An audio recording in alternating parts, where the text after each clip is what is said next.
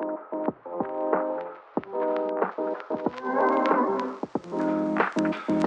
we made it. We're here. Here we are. So good. Well, this episode's all about meeting the hosts and just laying out that purpose for what this podcast is all about. So let's meet us. Who are we? The people behind the podcast. I'll go first. I'm Bryar Stewart. I am a big people person. I'm an extrovert through and through. People really fill my tank, which is good. I love good food. I love hospitality. I really like making people feel comfortable. I've just learnt this about myself, that I really enjoy when, I notice someone's maybe on edge and they feel comfortable. I love celebrating others and I love building communities. I really like this idea of social impact and doing good in business and just the opportunities that business have to support community. My husband and I are pastors, so that's fun, and as I've stepped into that leadership position, I am constantly learning and growing lots. So you're what? Yeah. My husband and I are pastors of a church. Wow. Yeah. Hence the move to Tauranga.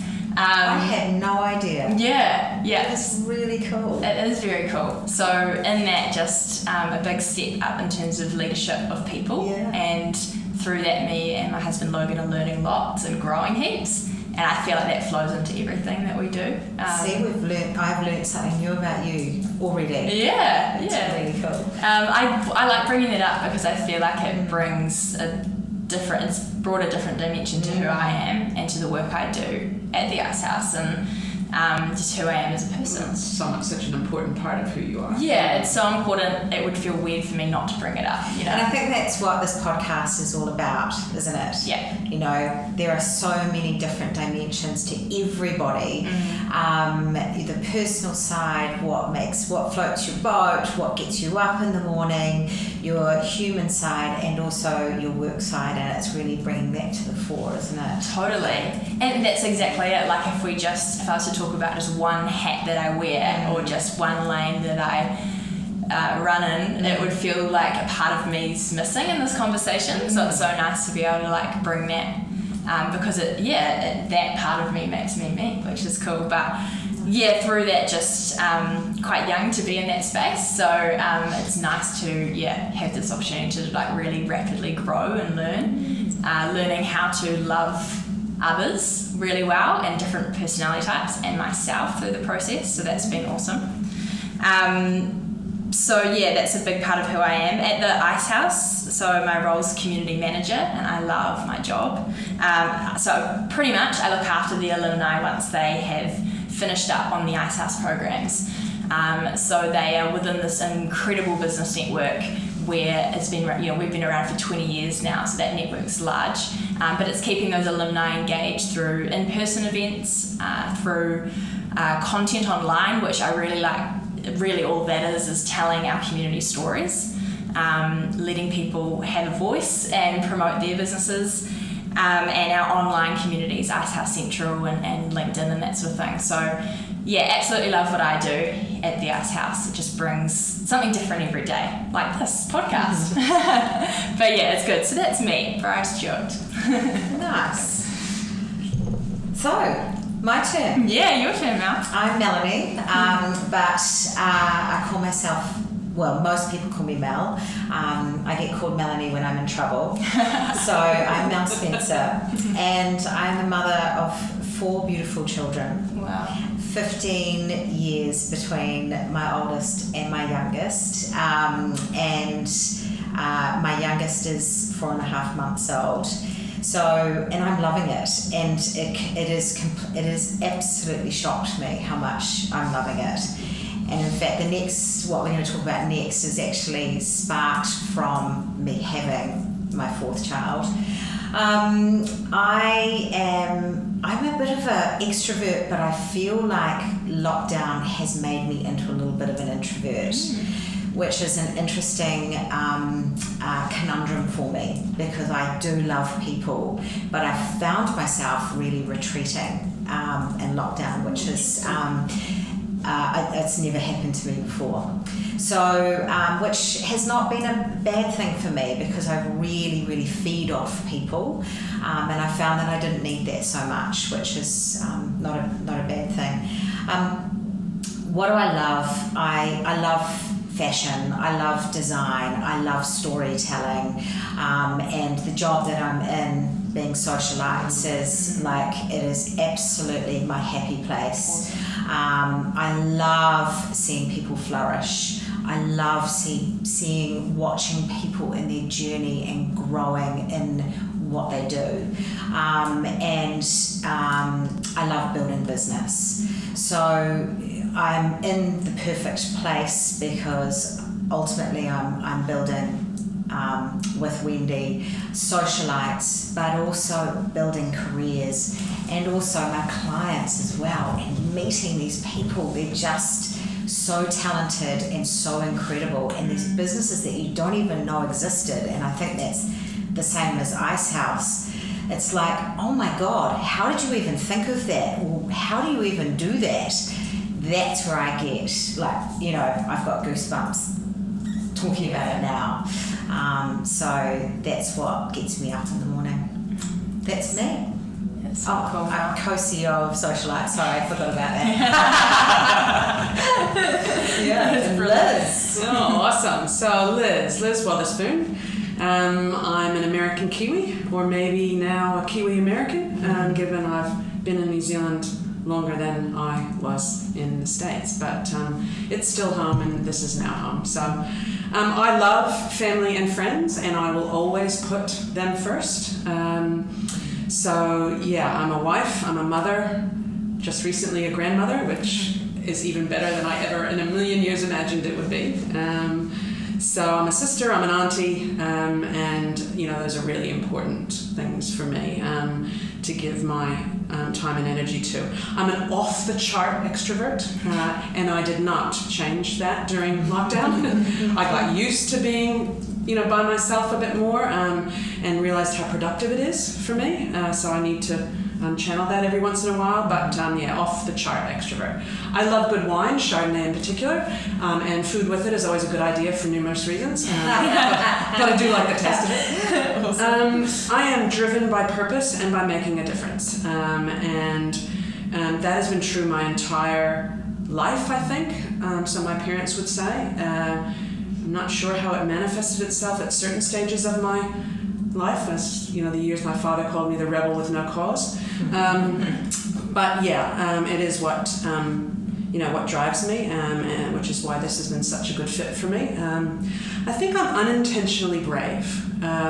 If I look at what I did 30 something years ago and pick myself up and move halfway around the world, away from my family, who I adore and am very close to, I don't think I thought I was being brave, but I think in reflection I have been. Unintentionally brave. Yeah, and I think that this situation we've been in over the last couple of years has forced me to channel that a little bit more, because it takes a bit of courage and bravery to be away from home, and not able to get back there at all. So I've been at the Icehouse for a very long time. I came into this world when I was asked to be on the directing team for the Owner Manager program. That was the 8th Owner Manager program, and we're now at 54.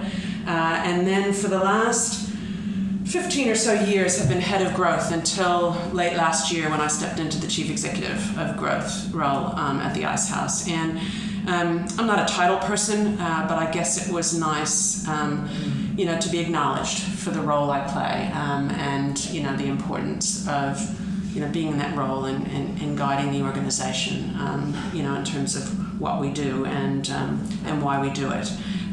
It's a privilege to be let inside the world of our customers. We say it, hand on heart, owners of small to medium-sized businesses in this country are the unsung heroes of our economy, and we just love celebrating them, supporting them, and being here, for them when they need us. So it's been an amazing journey, and I've absolutely loved it. Yeah, that's so cool. I love it because we like introduce who we are, and there's so much that aligns, like our love for people, family, friends, but also making a difference and giving back to others, like you were talking about it, Mel, in your own way, you know, like everyone's just got that aligned purpose, which and is I think everyone in this room going forward will have a similar purpose as well. And I've just written down unintentionally brave, because I've just hung on to that. I am so unintentionally brave, and I think so many people in the business world are. You're naturally optimists, and we were talking about this being fatalist, but that actually turns into optimism. But you don't actually realise what you're doing until you look back and go, oh my God, did we just do that? Did I just do that? And I think that's so cool to be able to bring that to the fore and to talk about it and unpack that. And I think it's that alignment, you know, maybe it gets to the next kind of question, but I think if we think about how, you know, this podcast was actually sparked, and, you know, and maybe Mel, you can talk about that, because... so many roads led to this day, and I was thinking about it quite a lot over the past week, and I was like, how did this all start? And it really, the biggest spark was when I was interviewed by Simon Pound for Business is Boring, and I was like, oh my God, this is awesome. I want to actually reverse this. I want to be asking the questions. But it was also the first time that I was public about my feelings of when I fell pregnant for the 4th time, and my fear about that, and my fear of not having as much respect, and it felt like I was transported back into 1984. It was bizarre. Why did I have those feelings? And so we talked about that quite a bit, and so many people contacted me afterwards, and they were like, thank you so much for talking about that and expressing it and bringing it out into the open. And I was like, hang on a minute, we need to talk about this further, not just about having children and women, but there are so many people in this world that do such a great job, but have these certain sort of unspoken fears that they really should bring out and talk about. And I am an alumni with the Icehouse, and the Icehouse for me is like, has become a second family. And I was like, picked up the phone or emailed, I think, because we were in lockdown, and I was like, hey team, what about it? Why don't we start something where people can, we can talk about business, we can celebrate successes, but also talk about those times where they're not so great, and be raw and open and human. So that's how it all kind of started. And then I handed over to Liz and Bryar, and here we are. We made it. And I think I remember clearly when the email came through, and it was an email, and I read it and I was like, wow, this is a no-brainer. You know, we as an organization have been grappling with this diversity challenge for quite a while, and I guess what I've realized is it started with gender diversity, because we would get asked, you know, how many women do you have on your program? Or people would look at a photograph of a cohort and say, where are the women? And, you know, my answer to how many women do you have on the program has been not enough for a really long time. But it isn't just about gender diversity, and it isn't even just about ethnic diversity. I think what really reached out and grabbed me, and I'll let you speak for yourself, Bryar, but about what you were proposing, Mel, is it's about diversity of thinking, it's about diversity of views, it's about diversity of fear, it's about the things that, you know, and how to celebrate that diversity. And if you don't create a forum in which it can be expressed or observed, then how's it going to get celebrated? Totally. Sure. And this podcast is called A Seat at the Table.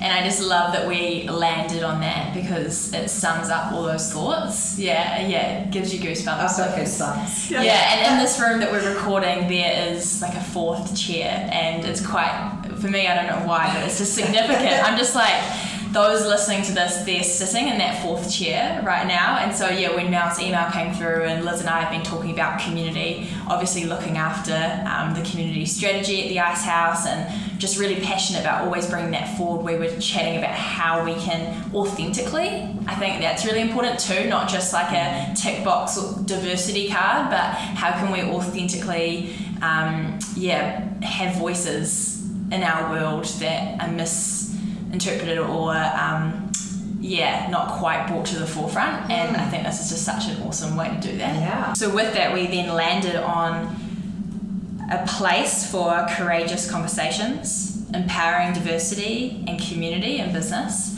And I just think that so sums up, what our purpose here is. And it was just awesome when you sent that through, Mel, because, we love working with you and doing life and business with you. And to grab that and know we're going to align so well on this and then just take it. It's been a good process, that's for sure. I love knowing behind the scenes of podcasts, so I just thought it'd be good to sort of, discuss what that process would look like. Well, I guess that, for me, and it's partly an indication of a sense that it would work, is that we had, the classic ideation and kind of bouncing off each other, and an excitement and an energy and a determination, and kind of, as you said, when you think about the purpose, we had, a real strong sense of purpose about what this podcast was going to be all about. But then really, I can be a bit loose on detail, and I can be a bit loose on, well, if we're going to make this happen, here's what needs to happen, and that's where Bryar kicked in. Yeah. Thank goodness for Bryar. Thank goodness we would for not Bryar. be sitting here if There's no way. she hadn't grabbed this with both hands and, and brought us with her. Yeah, absolutely. No, Bryar, you definitely made this happen. Organised all the meetings, and we were in lockdown, weren't we? We were, yeah. So lots of lockdown Zoom meetings and brainstorms, listening to lots of podcasts, being inspired by different people or businesswomen, and here we are today. So thank you, Bryar, because you actually have made this all happen. Thank you. But yeah, I think it was cool. We all jumped on there, had a good, catch up, and then just always coming back to the purpose, that sense of what is this about, and not just throwing something out there for the sake of it, but making sure that it is giving back and it is valuable to listeners. So it's been a fun process so far, and to think that this is just the start, I'm like, come on, let's go. It's so good. But that question, so the podcast is called A Seat at the Table, and I love that because it's all about having a voice. You are part of the conversation and you have as much to say as anyone else. Mel, what does a seat at the table mean to you? So many things. First of all, a seat at the table is not about a pity party. It's about smart business, and it is about giving people a voice that they would ordinarily have, and possibly that they wouldn't ordinarily have.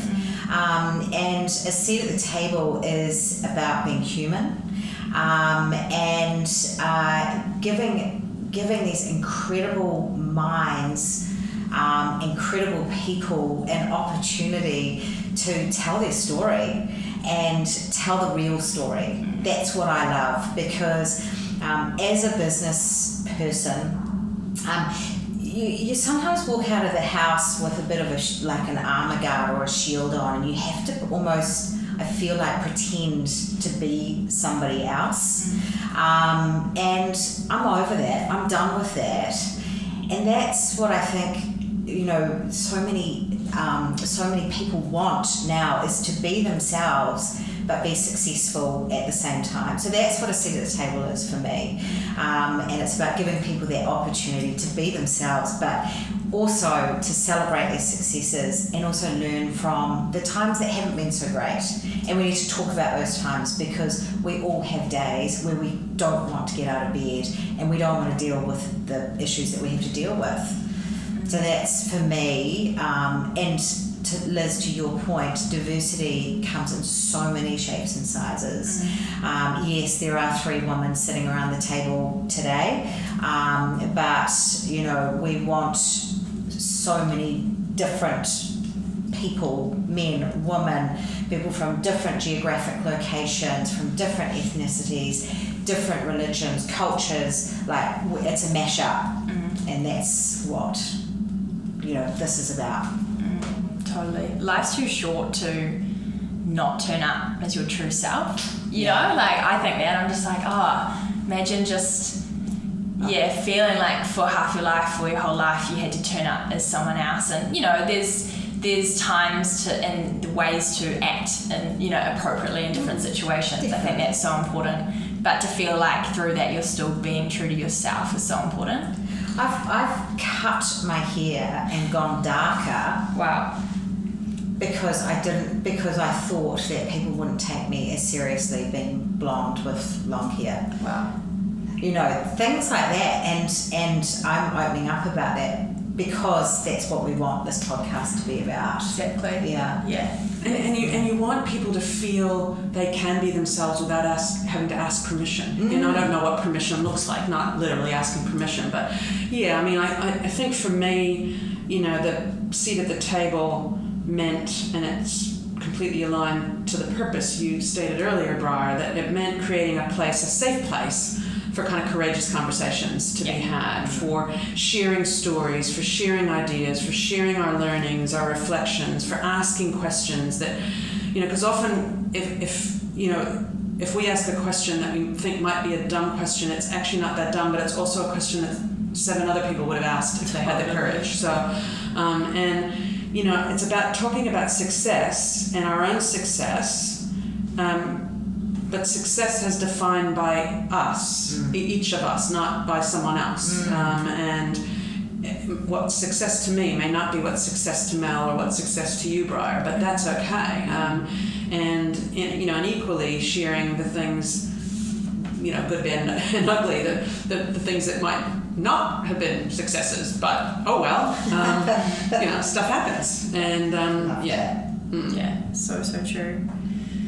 Yeah, I just feel like the sense of not feeling like you have a seat at the table or you have a voice is such an ugly feeling or an emotion. Yes, yeah. Feeling like either in a work situation or a home situation or your family situation, doesn't matter what it is, to feel like your voice isn't heard is so hard to be in. I don't know. So I think, for me, a seat at the table is feeling empowered to be yourself, to get it wrong sometimes. That's actually okay. To sort of be honest with what you're good at and what you're not good at. I'm actually quite dyslexic, and so throughout my schooling was just a massive challenge for me, massive. And actually doing our Māori course the journey that we're going on with Te Kā was bit of a trigger actually to my high school. Wow. My high schooling experience. But I'm actually I've just been reflecting. Same. I've just been, same actually. I've just been reflecting a lot since our first workshop 2 weeks ago. We were saying our PPR and me trying to work out what vowel, what all the sounds mean. But it just brought me back to sitting in the room as a primary school, intermediate, high school, university, and at many times feeling like I didn't have a seat at that table. Yeah. And learning how to adjust quickly, how to problem solve really quick so that no one else would notice that I was struggling to process this or struggling to outwork anything.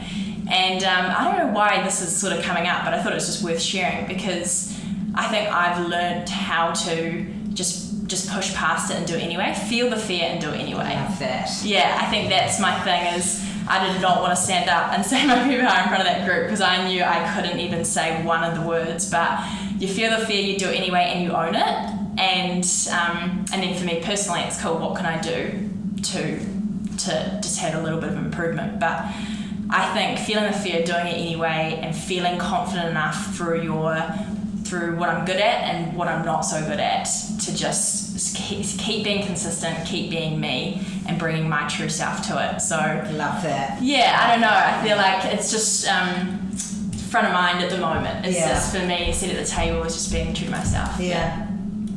Love that. Yeah, it's interesting. But yeah, it's cool that things like that in life can shape us as well, and turn us into who we are and give us the confidence. I think if I didn't have confidence, I wouldn't have gone to university And there will be so many people listening to this podcast that would have experienced the same thing. And I share a lot of my moments with my team, or with our team, about, times where I've had panic attacks in full pitch presentation situations. Wow. And I talk about it because it's pretty normal. People have those experiences, and if the team experience it, we all know what to do. And we have almost like a safety net process where if we can feel someone is tripping up, someone will jump in and help out. And that is because my situation, I had a full panic attack in a pitch presentation. None of my team members jumped in, they just left me, and then I got blamed for losing the pitch. And it's really impacted me, and that was over a decade ago, and I can still feel myself sometimes going into that mindset, and then I have to dig myself out of it. And that is me not being true to myself and being honest with myself. And now you've been able to set up things in place so your team don't have to ever go through what you went through, which is incredible. Totally. Wow. Yeah. It's amazing how just all those little things can to add to who we are and make us more courageous people, but little steps, baby steps. Well, and the important thing in that is that we take time, to reflect and understand what we learned, so that we can, we do take advantage of how do we do something different, to overcome some of that, but equally how can we help others acknowledge that that it happens and it's okay. And even for you, and that was a safe environment, yet it still made you feel I don't know if I can do this. You still had to feel the fear and do it anyway. So totally. And it was, like I said to Logan on the way home, I was like, thank goodness the Icehouse is a big family, and it was fine, it wasn't all strangers. But it was it was a good reminder though that, and I think even just talking now, it's a good reminder as well that diversity looks like that too. Someone that has learns different, someone that has gone through anxiety, that's an undercurrent of diversity too. Well, and because it takes you back to a period of your life where you might not have been in as safe and accepting an environment, and that you can't control how that kind of surfaces and rises up in another moment 10 years on, and what that means in terms of how it makes you feel in that particular moment. And that's what business is all about, and that's what it should be. It should be all about. It should be all about. And I always have taught my kids, kindness makes the world go round. And I think kindness is an overused word now, but I knew years and years and years ago that kindness and being human and real would flush all that sort of arrogance and the ego out. And it's happening. It's actually starting to happen. There's still a lot there, but kindness is smart business. And being true to yourself and other people is also smart business. And I think we're going to hear a lot of that from the people that are on the podcast. So I love that. We're going to learn from that as well. Yeah, so true. Does anyone have a story that comes to mind of just feeling that sense that they didn't have a seat at the table? I wish I only had one, but I think, you made an interesting comment a minute ago, Bryar, that, this can happen in business, but it can also happen in family. And so maybe an example of both. Fortunately, my business one goes way back, and I really struggle to think of one more recently, but I think what it boiled down to for me that made it so hard to swallow was that it showed a lack of respect. And I'm somebody who believes you give respect unearned, and same with trust, but in this case, and so in this instance, in a work environment, it was that, and it was a male who was in the position to decide who was at the table for this conversation, and I didn't get included. And I'm thinking, yeah, I'm young, way younger than you.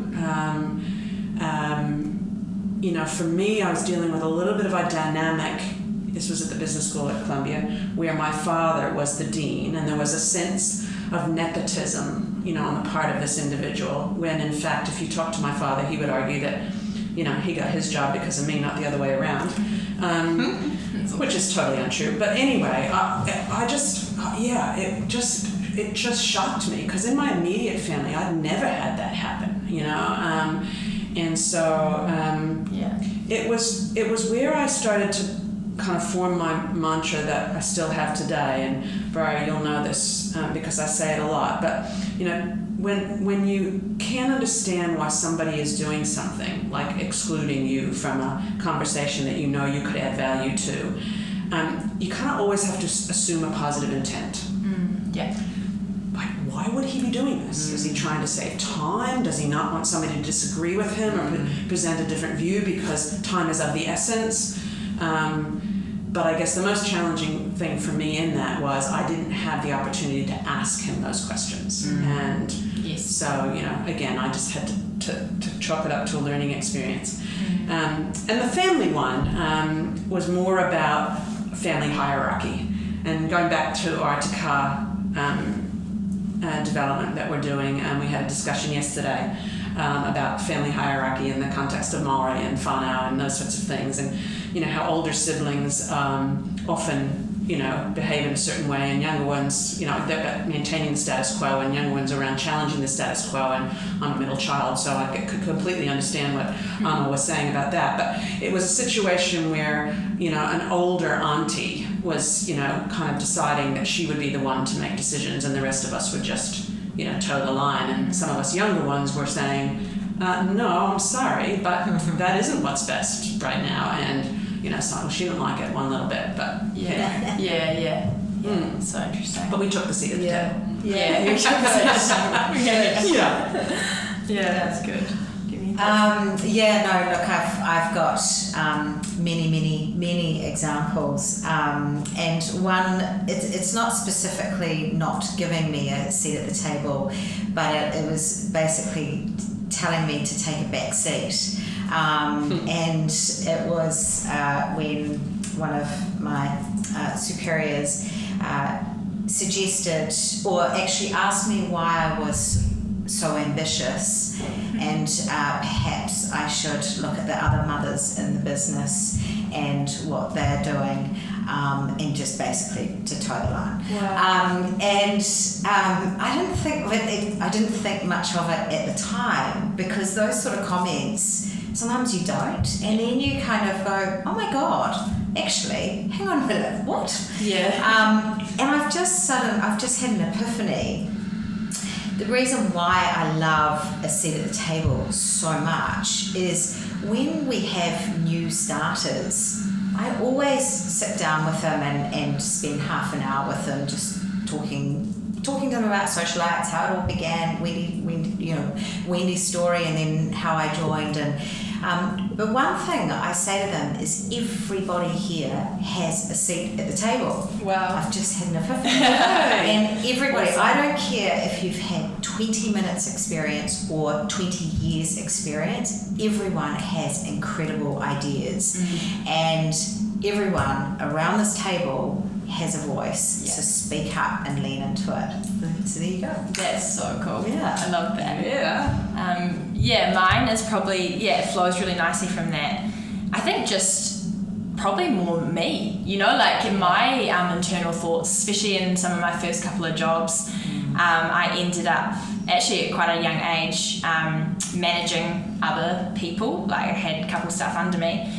But it was actually my internal thoughts of not giving myself a seat at the table, of managing people that were much older than me, or sitting in meetings and feeling like my thoughts didn't, weren't worth mentioning. And then the classic, I've got that idea, and then or that question, and then someone else brings it up, and you're like, oh, it would have been fine to, but I think I actually didn't derail, but sort of held myself back at the start of sort of my journey by just not being confident enough to give myself a voice, which is a funny perspective, right? It's a great perspective. Yeah. And it's a very real perspective, and I think so many people, including myself, have that. Yeah, interesting. You have to earn it. Yeah.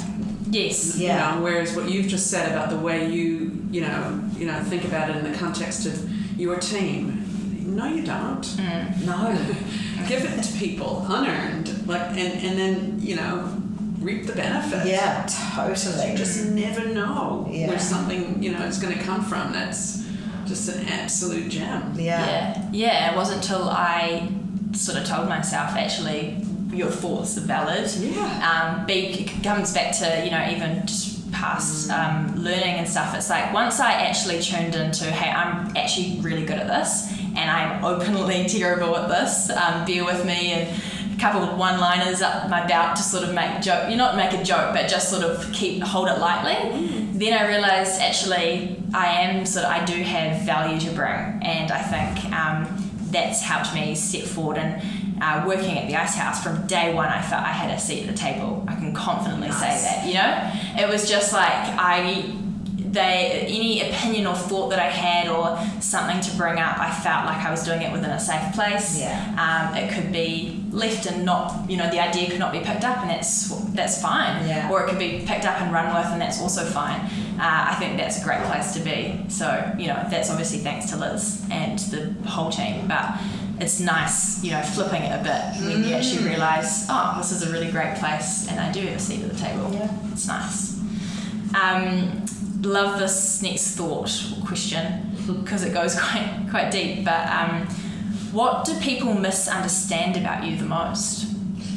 This was a really tough one. Like, I looked at this the first time we muted the idea of the question, and I revisited it again last night, and I thought, what is, but at the end of the day, I kind of landed on, the fact that most people misunderstand that, they assume that I've always had a plan. That where I've always known what where I wanted to be and what I wanted to be and those sorts of things, and it's not right. I mean, it's not true. They mistake my kind of hard work or work ethic and focus and determination and drive as being quite planned, and it's not. I've just always known what drives me and what's important to me, so that I've always had a compass, that I could say, let me map this opportunity onto it and see if it fits with that, or so I think that's kind of where I ended up. I lead to make a difference to people and to businesses, not because I always had a plan to be a leader or a chief executive or a head of something. Unintentionally brave. Yeah. Sums it up so well. So good. I love it. Yeah. So that's it. That's so good. I love that. People misunderstand about you the most, that I'm a pushover. And and I think people think that I'm a bit of a pushover, and I'm not. And I am unintentionally brave and courageous, and what actually happens is when people do think I'm a pushover, it actually gives me more courage and makes me want to do more. So that is probably the thing that most people misunderstand about me. Courage and conviction. Yeah. It's like, Yeah. Yeah. Yeah, Interesting. I will take Really it and interesting. I'll put it in my back pocket and I'll move on. Yeah. And my mum always taught me to be as graceful in every situation. But you know, there is a drive, there is a focus, and I do really believe in making people feel amazing and kindness. Yeah. But that doesn't mean that I'm weak. That flows so good onto my thought that I am quite an encourager. I love encouraging people, but that is because I personally see the benefits of encouraging people and speaking life into people. But over the years, I've definitely found that people can say like, oh, you're too nice, or like your words don't have meaning, or do you really mean that, or I don't know, just something around like being too much of an encourager, which is kind of a weird thought, but it's just sort of like, oh, actually, if I want to say something, I'm going to say something, because I think people love to feel seen and noticed and valued. But the backhand of that can then mean, oh, you don't know how to have hard conversations, and I'm going to be honest, they're not nice having hard conversations. I don't think anyone enjoys harder conversations, but I can have them, and I think it's similar to what you're saying, that people can kind of assume that, if you're nice and if you handle things with grace and you are kind, that can mean that you can't be a strong leader. Yeah. Which I don't think is right. No. Yeah. I have been told to get more mongrel in me, which is fine, and I get that. And I'm like, I don't, confrontation, it does not come naturally to me. That's the word I was looking for. But I have learnt to lean into that, but there is a way to have confrontation. Totally. And it's one of the things that, when I got, Americans don't have a lot of, issues with, confrontation or contention or debate. And when I got here, I think it was one of the things that really surprised me. And I'm the same. Like, I've got a huge, amount of empathy and compassion for people, and and I can sometimes come across as being too nice. But better decisions get made. Better quality outcomes happen when you're okay with having a bit of debate. And Kiwis. Yeah. We have an issue with it because we tend to take things so personally. Yes. So if someone doesn't like what I just said, or they don't like my idea, it doesn't mean they don't like me. Yes. It's just that. So try and separate it, so that and believe genuinely that sometimes it actually is better for someone to tell them what they need to hear rather than what they want to hear. Yeah. And I found framing that at times made it easier for me to have those tough conversations and to say the things that needed to be said. But it is that funny tightrope we walk as leaders, where you want to show empathy and respect and be kind, and yet still need to address the tough stuff when it needs to be addressed. It's hard. And it's tough. Yeah. Really The Brene line, clear is kind. Yeah. Oh, yes. That's helped me a lot. Yes. Yeah. So good. Clear is kind. I've heard you say it too, Liz, but it's just that sums it up, that actually our kindness can come through in the harder conversations, because at the end of the day, it is the best thing for the person, or for ourselves. Yeah. Gilbert and Oprah said it too in a presentation at an Icehouse conference. Not exactly that, but when all else fails, in certain moments, clarity and providing clarity is the best thing you can do for someone. Oh yeah. Don't be wishy-washy. Don't be kind of trying to elicit everybody's opinion. Just be clear. Yeah. Yeah. I love that. My favourite saying is context is everything. Yeah. And that's with your team members, and even teaching my kids. When you're trying to explain something and it's just about being clear, give people the context and then they will understand. I like that, because even in what we're doing through Life Church, giving the why behind the what, it's such a good one for that's more in my mind right now, but also for work, for business, for owning your own business, giving the why behind the what when you're talking to team changes the game, because you can tell someone you have to do this, but in their mind they're going, why, and you bring in the why element and you're part of a team again. You're working towards the same purpose. I love that. I'm going to steal that. That's a good one. I'd love to chat about sort of combining the two thoughts into one at the end. What do we wish listeners get from this conversation? What can they expect from this podcast, from this recording? So for me, it's about provocation. It's about challenge. It's about opportunity to share perspectives.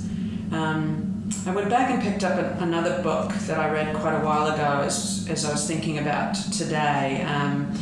And it's the book by Sheryl Sandberg called Lean In. And, she says something about needing to create an opportunity for, and in her case, she said women's voices, but create an opportunity for women's voices to be heard equally particularly on matters, that, really make a difference or have the potential to.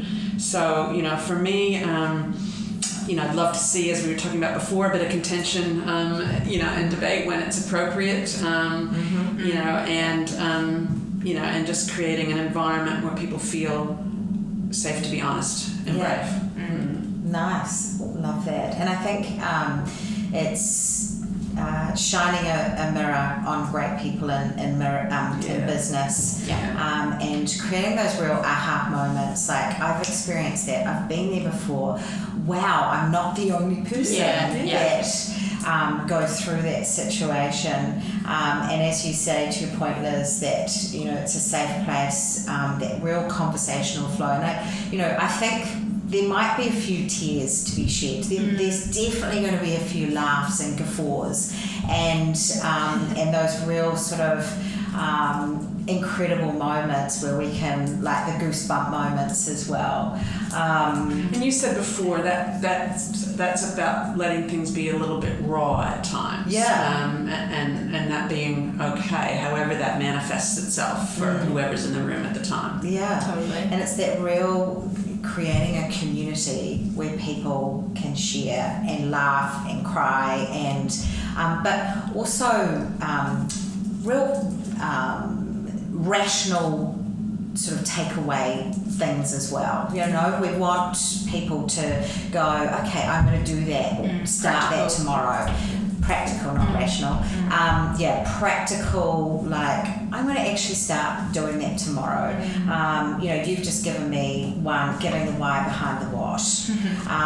And I always talk about with the team closing the loop and giving context, but I'm going to start giving the why behind the what tomorrow. So those real practical takeaways, I think is really important. Yeah, I love when you can sort of, you're listening to a podcast and you can sort of write some notes and you can sort of go, cool, how can I implement this into our lives? Exactly. And so, we're the hosts, which we're excited to host, but to host guests and host people that are close to our hearts and our worlds and have, are inspiring, empowering leaders from all different walks of life is the goal, to have them sitting in that fourth chair as well and hearing their stories, but really important to create a space that those guests feel comfortable to be real and to be brave in sharing the true story, the real story behind who they are as an individual.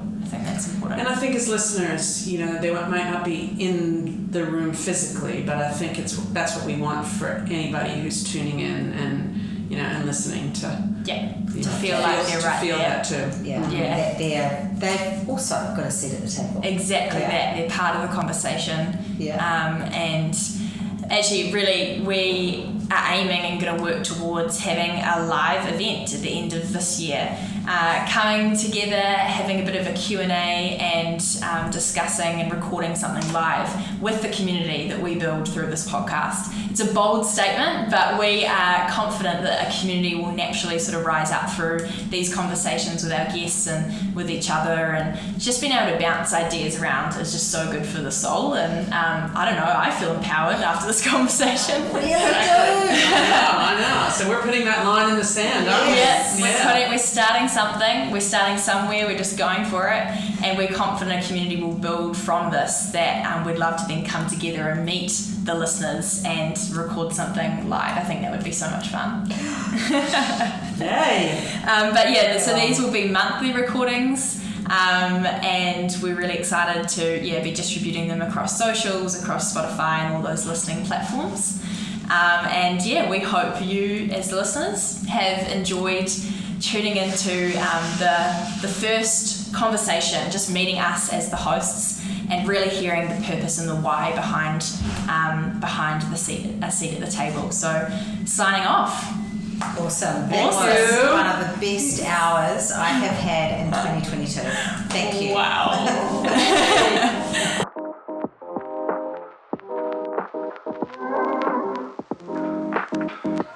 Wow.